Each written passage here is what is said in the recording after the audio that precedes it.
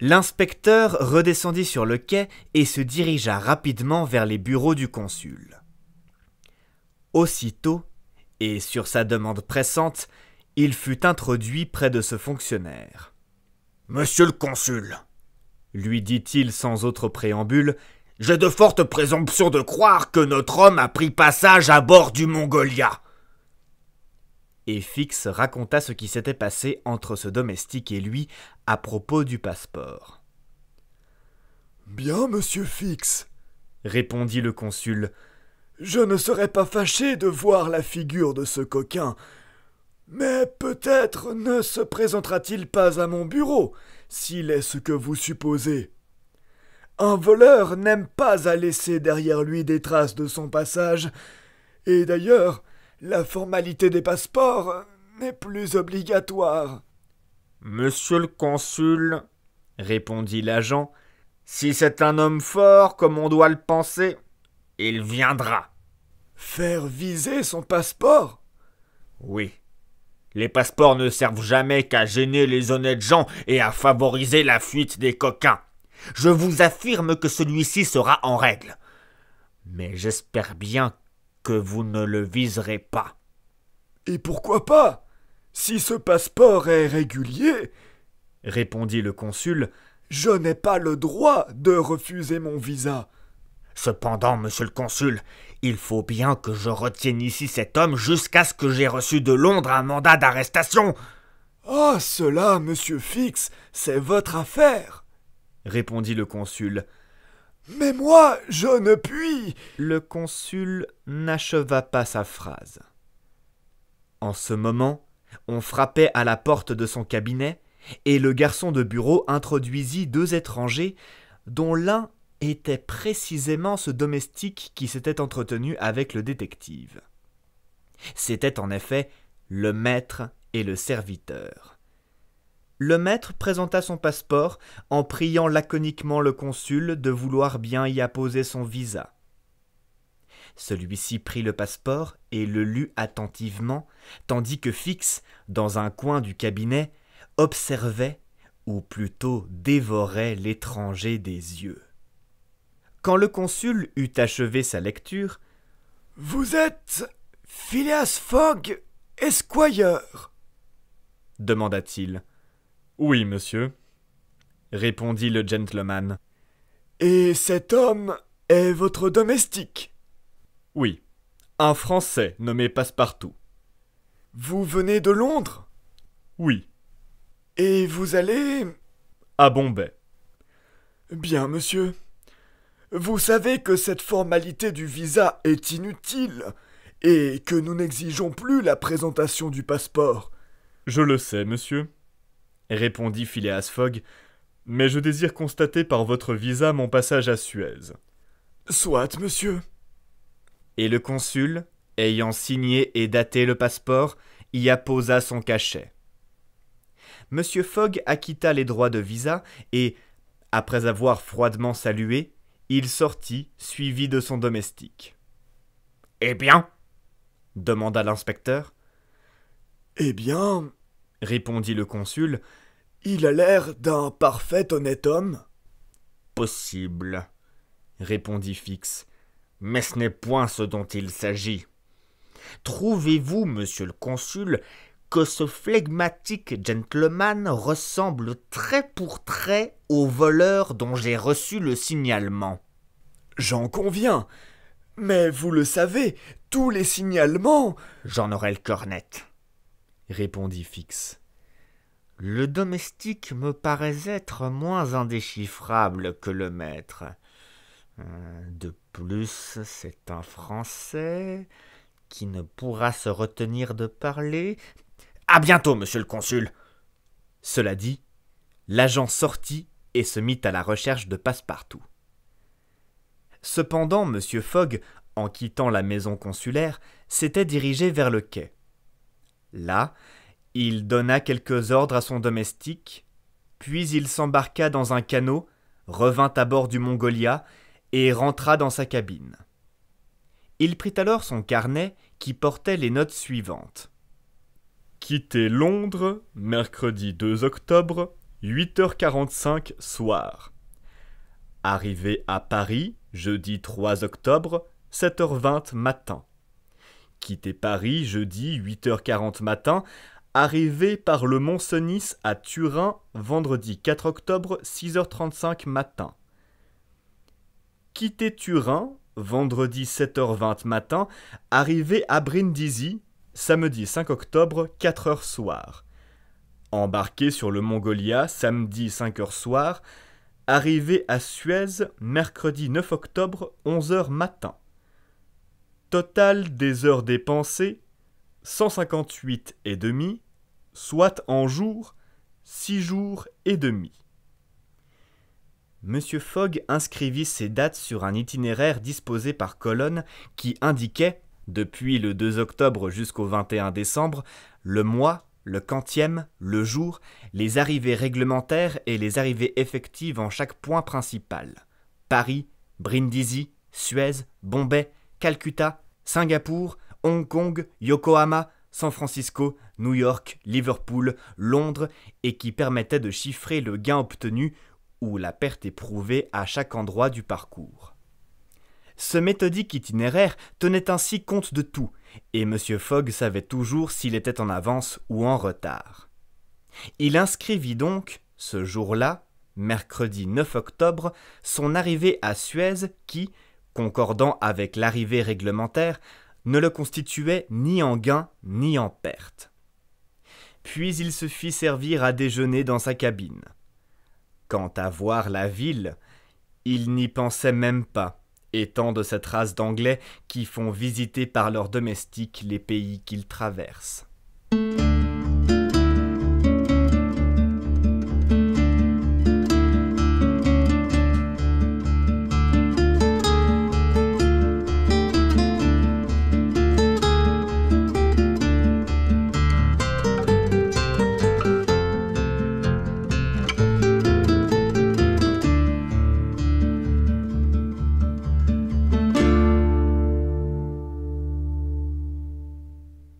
Fix avait en peu d'instants rejoint sur le quai Passepartout, qui flânait et regardait, ne se croyant pas, lui, obligé à ne point voir.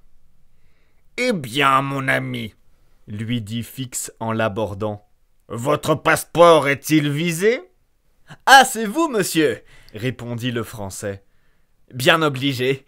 Nous sommes parfaitement en règle. »« Et vous regardez le pays ?»« Oui, mais nous allons si vite qu'il me semble que je voyage en rêve. Et comme cela, nous sommes à Suez. »« À Suez. »« En Égypte. »« En Égypte, parfaitement. »« Et en Afrique ?»« En Afrique. »« En Afrique, » répéta Passepartout. « Je ne peux y croire. Figurez-vous, monsieur, que je m'imaginais ne pas aller plus loin que Paris. Et cette fameuse capitale, je l'ai revue tout juste de 7h20 du matin à 8h40, entre la gare du Nord et la gare de Lyon, à travers les vitres d'un fiacre et par une pluie battante. Je le regrette. J'aurais aimé à revoir le Père-Lachaise et le cirque des Champs-Élysées. »« Vous êtes donc bien pressé ?»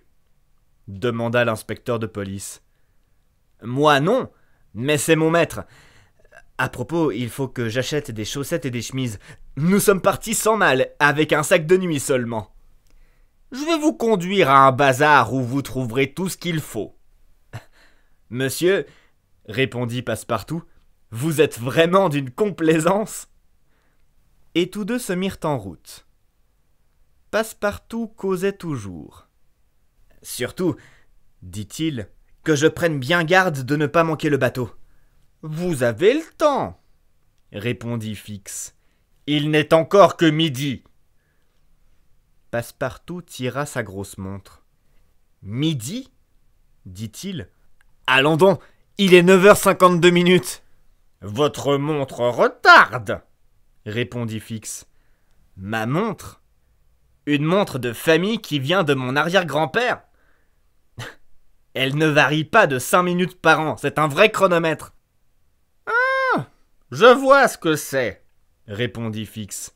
« Vous avez gardé l'heure de Londres, qui retarde de 2 heures environ sur Suez. Il faut avoir soin de remettre votre montre au midi de chaque pays. » « Moi, toucher à ma montre !» s'écria Passepartout. « Jamais !»« Eh bien, elle ne sera plus d'accord avec le soleil. » »« Tant pis pour le soleil, monsieur, c'est lui qui aura tort. » Et le brave garçon remit sa montre dans son gousset avec un geste superbe. Quelques instants après, Fix lui disait: « Vous avez donc quitté Londres précipitamment. » »« Je le crois bien. Mercredi dernier, à 8 heures du soir, contre toutes ses habitudes, Monsieur Fogg revint de son cercle, et 3 quarts d'heure après, nous étions partis. »« Mais où va-t-il donc, votre maître ?»« Toujours devant lui. Il fait le tour du monde. »« Le tour du monde ?» s'écria Fix. « Oui, en 80 jours. »« Un pari, dit-il. Mais entre nous, je n'en crois rien. Cela n'aurait pas le sens commun. Il y a autre chose. »« Ah, c'est un original, ce monsieur Fogg ?»« Je le crois. »« Il est donc riche ?»« Évidemment. Et il emporte une jolie somme avec lui, en banknotes toutes neuves. Et il n'épargne pas l'argent en route.